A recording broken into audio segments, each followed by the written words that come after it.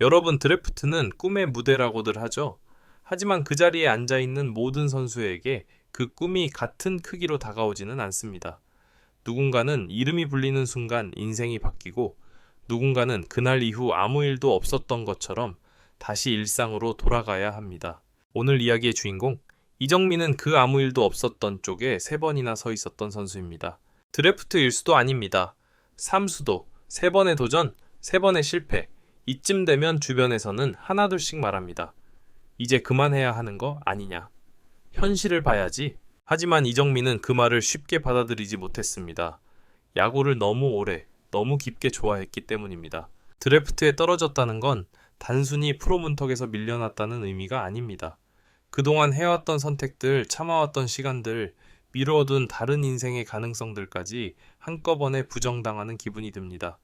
이정민도 그 시간을 겪었습니다. 첫 번째 드래프트가 끝났을 때는 다음엔 되겠지 라는 근거, 없는 희망이 있었습니다. 두 번째 때는 이번에도 안 되면 이라는 불안이 섞였습니다.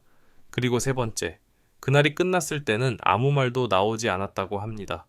분노도 눈물도 없이 그냥 멍해졌다고 합니다. 보통 이쯤 되면 선수 인생은 갈림길에 섭니다. 독립리그로 갈지, 사회인 야구로 남을지, 아니면 완전히 내려놓을지 이정민도 고민했습니다. 정말 오래 고민했습니다. 그리고 그 끝에서 그는 또 하나의 쉽지 않은 선택을 합니다. 육성 선수. 육성 선수라는 단어는 듣기에는 희망처럼 들릴 수 있습니다. 그래도 프로잖아. 하지만 현실은 다릅니다. 계약 보장도 없고 콜업은 더더욱 불확실합니다. 말 그대로 언제든 사라질 수 있는 자리입니다. 이정민은 그걸 모르지 않았습니다. 그래도 그는 이 선택을 합니다. 왜냐하면 이게 마지막으로 야구를 붙잡을 수 있는 유일한 끈이었기 때문입니다. 그렇게 그는 조용히, 정말 조용히 프로팀의 이 군에 들어옵니다. 언론의 관심도 없고 팬들의 기대도 없습니다. 육성 선수 이정민이라는 이름은 명단의 맨 아래에 적혀 있었습니다. 여기서부터 이정민의 진짜 싸움이 시작됩니다. 이 군은 낭만적인 공간이 아닙니다. 매일매일이 생존 경쟁이고 숫자가 모든 걸 말합니다. 잘 쳐도 그래서 1군에서 통하겠냐는 질문이 따라오고 못 치면 아무 설명 없이 기회가 사라집니다.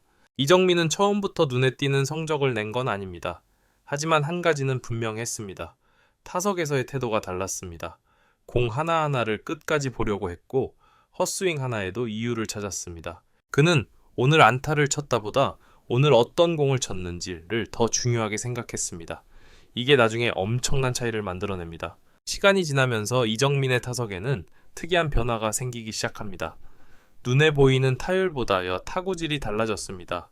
정면으로 맞은 타구, 강한 라인 드라이브, 그리고 꾸준히 유지되는 타구 속도. 처음엔 코치들만 알아봤습니다. 제 공이 좀 다르다.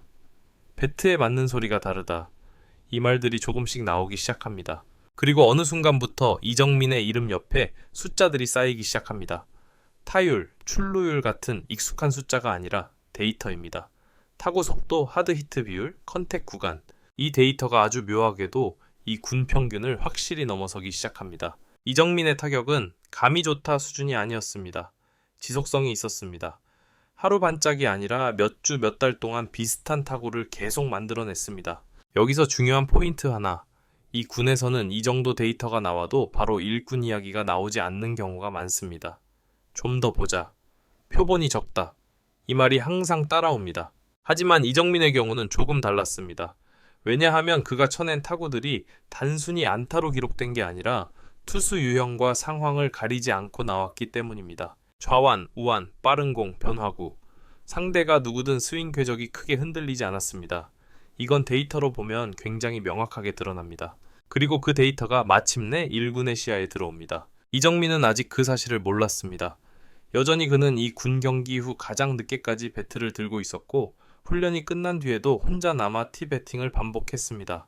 오늘도 잘 쳤으니까 됐다가 아니라 내일도 같은 타구를 만들 수 있을까를 생각하면서 말이죠.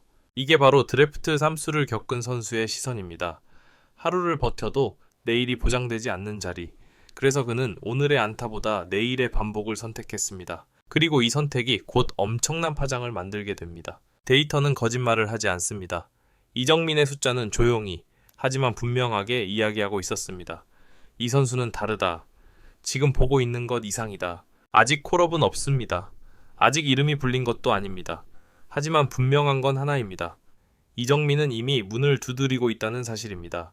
그것도 노크가 아니라 수치로 말이죠.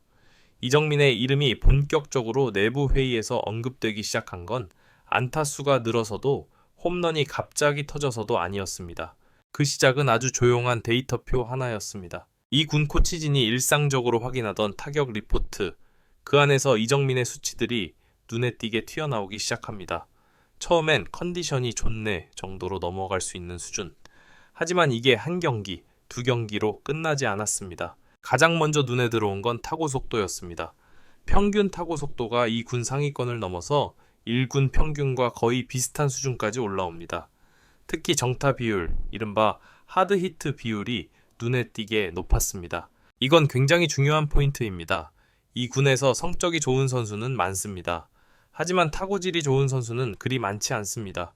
왜냐하면 이 군 투수들의 공은 대체로 1군보다 느리고 실투도 많기 때문입니다. 그래서 안타는 나와도 이게 올라가서도 통할까? 라는 의문이 항상 따라붙습니다. 그런데 이정민의 데이터는 그 질문에 조금 다른 답을 내놓고 있었습니다. 타구 속도가 빠르다는 건 단순히 힘이 좋다는 의미가 아닙니다. 타이밍, 스윙 궤적, 임팩트 포인트가 안정되어 있다는 뜻입니다. 즉, 투수가 달라져도 스윙이 크게 흔들리지 않을 가능성이 큽니다. 여기에 또 하나의 숫자가 코치진을 멈췄습니다. 헛스윙 비율. 이정민은 장타를 노리는 스윙을 하면서도 헛스윙이 많지 않았습니다. 이건 굉장히 드문 조합입니다. 보통 하드 히트 비율이 높은 타자는 삼진도 많아지기 마련입니다. 하지만 이정민은 컨택과 파워 사이에서 이상적인 균형을 유지하고 있었습니다. 이 지점에서 코치들의 시선이 완전히 달라집니다. 이건 감이 아니라 구조다. 이 말이 회의에서 나오기 시작합니다. 감은 언제든 떨어질 수 있지만 구조는 쉽게 무너지지 않습니다. 이정민의 스윙에는 우연이 아니라 반복 가능한 메커니즘이 있다는 평가가 나오기 시작한 겁니다. 그리고 이 데이터는 상대 투수 유형별로 봐도 큰 차이가 없었습니다. 우완, 좌완을 가리지 않고 비슷한 타구질을 만들어냈고 빠른 공에도 타이밍이 크게 늦지 않았습니다. 이건 이 군 레벨을 넘어서 1군 적응 가능성을 숫자로 보여주는 대목입니다. 여기서 중요한 장면 하나. 이정민은 이 데이터가 쌓이는 동안에도 라인업에서 특별 대우를 받지 않았습니다. 여전히 하위 타순, 여전히 이 군 경기. 하지만 그게 오히려 데이터의 신뢰도를 높였습니다. 상대팀이 쟤는 조심해야 할 타자로 집중 견제하지 않는 상황에서도 같은 수치를 만들어냈다는 건 그만큼 자기 스윙을 유지하고 있다는 뜻이기 때문입니다. 이제 이 숫자들은 이 군 코치진을 넘어 프런트 분석팀으로 올라갑니다. 그리고 여기서 결정적인 비교가 이루어집니다. 이 수치 지금 1군 백업 자원들과 비교하면 어떻지? 결과는 조금 충격적이었습니다. 일부 항목에서는 이미 1군 선수들과 비슷하거나 오히려 더 나은 수치가 나오기 시작합니다. 특히 타구 속도와 컨택 안정성에서는 확실한 경쟁력이 보였습니다. 이 시점부터 이정민은 육성 선수가 아니라 콜업 후보로 분류되기 시작합니다. 물론 바로 1군으로 올릴 수는 없습니다. 데이터가 아무리 좋아도 현장은 항상 한 번 더 확인하고 싶어서 합니다. 그래서 나온 게 연습 경기와 특정 상황 투입입니다. 득점권,